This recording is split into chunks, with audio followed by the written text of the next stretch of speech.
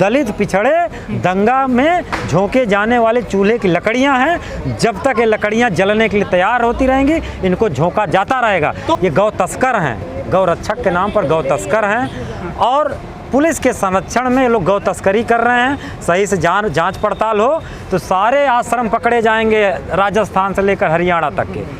ये गौ तस्करों के हाथ में 2 राज्यों की पुलिस नहीं पकड़ पाई है मोनू मानसर यादव को। इसीलिए तो ये सत्ता संरक्षण द्वारा हो रहा। अभी आए थे राकेश टिकैत साहब, कहे कि भाई जब राजा की ही इच्छा है कि दंगा हो, जब मुखिया की ही इच्छा है कि दंगा हो, फसाद हो, गौरक्षा के नाम पर लिंचिंग हो, मारे जाएं लोग, जब उसकी इच्छा है तो उसी की पुलिस है, उसी की अदालत है तो सब स्टेट मशीनरी ना है, तो सब राज्य की ही संस्थान है।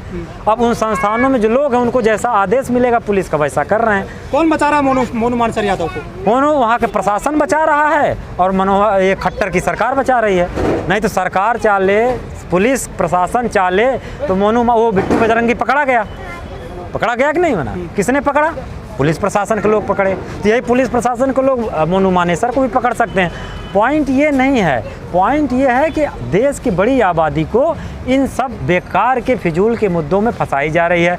बहुजनों को जो है हाथ में कलम चाहिए तो उसके हाथ में तलवारें पहुंचाई जा रही हैं। आखिर कट्टा कौन पकड़ा रहा है? मैं कह रहा हूं कि मैं आपके चैनलों के माध्यम से सारी बहुजन बिरादरी के पेरेंट्स, खास करके माँ बाप से कह रहा हूं कि तुम्हारे अपने बच्चों पर निगाह रखिए कि स्कूल छोड़ करके कहीं किसी आरएसएस जैसे जालसाज आतंकी गिरोह के हाथ में तो नहीं फंस गया है, कहीं उसके हाथ में कोई तलवार तो नहीं दे रहा है, कहीं उसके हाथ में कोई बंदूक तो नहीं थमा रहा है, कहीं उसके हाथ में कोई कट्टा तो नहीं दे रहा है, कहीं उसके हाथ में कोई वीपन तो नहीं पकड़ा रहा है जो जाकर किसी मुस्लिम बस्ती में आतंक फैलाने के लिए चढ़ रहा हो।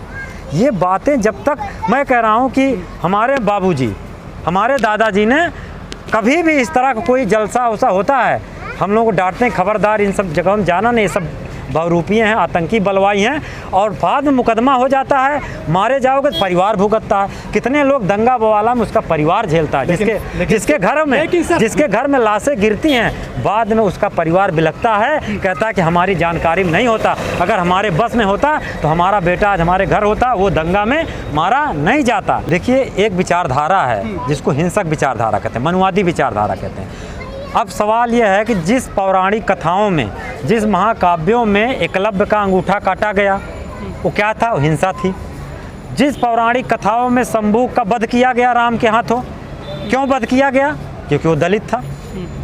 तो दूसरी चीज़, जो जातियों के जिसकी परछाई छू जाने से लोग अभी पवित्र हो जा रहे हैं, जिसके छुए बर्तन से छूने से लोग हत्या कर दे रहे हैं। अभी उत्तराखंड में घटना आई, कोरोना काल में जो है कोविड सेंटर के अंदर, आइसोलेशन सेंटर के अंदर एक दलित भोजन माता के हाथों से, वहाँ के जो आइसोलेशन सेंटर में जो मरीज था उसने इसलिए मना कर दिया कि ये खास जाति के हाथ से बना, इसलिए मैं खाना।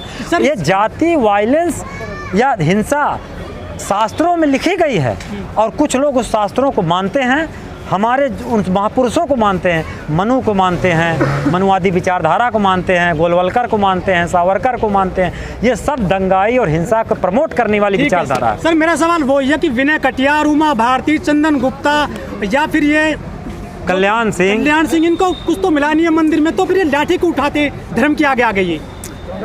देखिए, मैं कह रहा हूँ कि जब तक चूल्हे में जो आग जलती है उसमें लकड़ियाँ कुछ होती हैं, झोंकी जाती हैं, लकड़ियाँ झोंक दी जाती हैं, और जब खाना पक जाता है तो खाना बनाने वाला खाना खा करके आनंद लेता है और चूल्हे की लकड़ी जल के ख़त्म हो जाती है। कल्याण सिंह जल के ख़त्म हो गए दंगा की आंच में। उमा भारती को आज कोई पूछ नहीं रहा है, विनय कटियार को कोई पूछ नहीं रहा। जितना तक इनका, मैं कह रहा हूँ कि दलित पिछड़े दंगा में झोंके जाने वाले चूल्हे की लकड़ियाँ हैं, जब तक ये लकड़ियाँ जलने के लिए तैयार होती रहेंगी, इनको झोंका जाता रहेगा। ये उनकी चिंता नहीं, जाके पैर न फूटे विवाही वो का जाने पीर पर आई। जिनके घरों के लोग दंगा में मारे गए, अब उनसे पूछिए कि आपका बेटा दंगा में जाएगा? कभी नहीं जाएगा। दूसरी चीज़, बहुजन समाज के लोगों को यह भी देखने की ज़रूरत है कि चाहे भाजपा के नेता हों, सपा के नेता हों, बहुजन के नेता हों, सब अपने अपने बेटे बेटियों कहाँ पढ़ा रहे हैं? विदेश। आप सारे मंत्री के बेटे को देख लीजिए, विदेशों से शिक्षा ले रहे हैं। और आप आज़ादी के नेताओं को देख लीजिए, बाबा साहब विदेश से पढ़ कर आए थे, लोहिया साहब विदेश से पढ़ कर आए थे, जेपी साहब विदेश से पढ़ कर आए थे, गांधी साहब विदेश से पढ़कर आए थे, नेहरू साहब विदेश से पढ़कर आए थे, सबने विदेश में पढ़ा।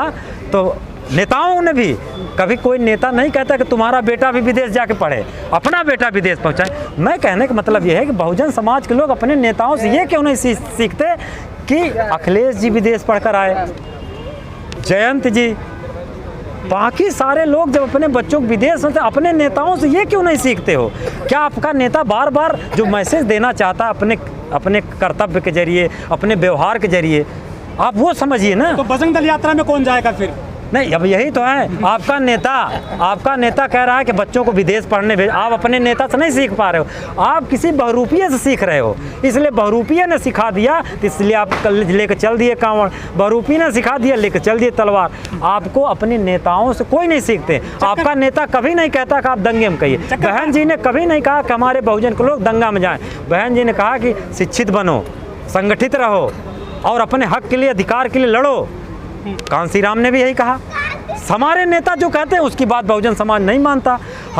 जितने हरामखोर दंगाई बलवाई हैं, जो हराम के पैसे पर, हमारे श्रम पर, खेत से लेकर फैक्ट्रियों तक कपड़ा, ओढ़ना, लत्ता, नून, तेल सब हम पैदा करें, मीट, मांस, मछली सब हम पैदा कर रहे हैं, उन पर पलने वाले लोग उनकी बातों में बहक रहे हैं। और हमारे नेता जो आपको संदेश देना चाहते हैं, आप उनके संदेशों को चक्रपाणी कह रहे हैं कि चंद्रमा को हिंदू राष्ट्र घोषित कर दीजिए, धरती से आसमान तक हिंदू राष्ट्र हो रहा है देश। ये चंद्रमा को एक ग्रह समझ करके कुंडली बनाएं उसका, और कुंडली से भाग्य बाँचें। वहाँ जाने का काम वैज्ञानिकों का है, शोध का है, और इन चक्रधरियों पक्रधरियों से कुछ नहीं होता है। किसी वैज्ञानिकों का कोई ऐसा रिपोर्ट नहीं आया है, किसी वैज्ञानिक ने कहीं कोई ऐसा बयान नहीं दिया है। ये वैज्ञानिकों का मिशन था, उनका अथक प्रयास और परिश्रम था, जिसके तरह से हम इस धरती से परे जा कर के दूसरे ग्रहों पर छानबीन कर रहे हैं। ये साइंस की तरक्की है, ज्ञान विज्ञान की तरक्की है। और जितना ज़्यादा बहुजन समाज पढ़ेगा, कल बहुजन समाज अपना मिशन लेकर चंद्रयान पर जाएगा, बहुजन समाज के लोग वैज्ञानिक बनेंगे, डॉक्टर बनेंगे। और आपको जानकर हैरानी होगी कि जिस चंद्रयान के मिशन में बहुत सारे बहुजन वर्ग के वैज्ञानिक हैं, उस मिशन को कामयाब कराने में। तो मेरा कहने का मतलब है कि शिक्षित बनने और संगठित रहो और संघर्ष करने की जो विचारधारा है, ये कामयाब हो रही है। आज विश्वविद्यालयों में लोग डॉक्टर बन रहे हैं, प्रोफेसर बन रहे हैं, और ये चल रहा है। समाज की तंगहाली है, समाज का पिछड़ापन है। सिर्फ पेट का ही पिछड़ापन नहीं है, हमारे पेट पर ही लात नहीं मारी गई है, हमारे दिमाग पर भी लात मारी गई है। इसलिए दिमागी पिछड़ापन एक दिन में नहीं आया है, कई साल लगे हैं हमको उनको पिछड़ा बनाने में। जो बाबा साहब ने हिंदू राष्ट्र के बारे में बहुत स्पष्ट रूप से कहा गया कि हिंदू राष्ट्र न कभी है न कभी बनेगा। बहुजन समाज को, अब यादव हूँ मैं, इसमें मेरा कोई कसबस नहीं था, हम यादव कबीले में पैदा हो गए, बस इतनी सी बात है।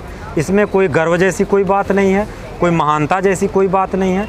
लेकिन कोई यादव नाम ले करके या यादवों के सरनेम को ले करके दंगा फसाद की बात कर रहा है, ऐसे दंगाई फसाई लोगों से हम लोगों का कोई वास्ता नहीं है।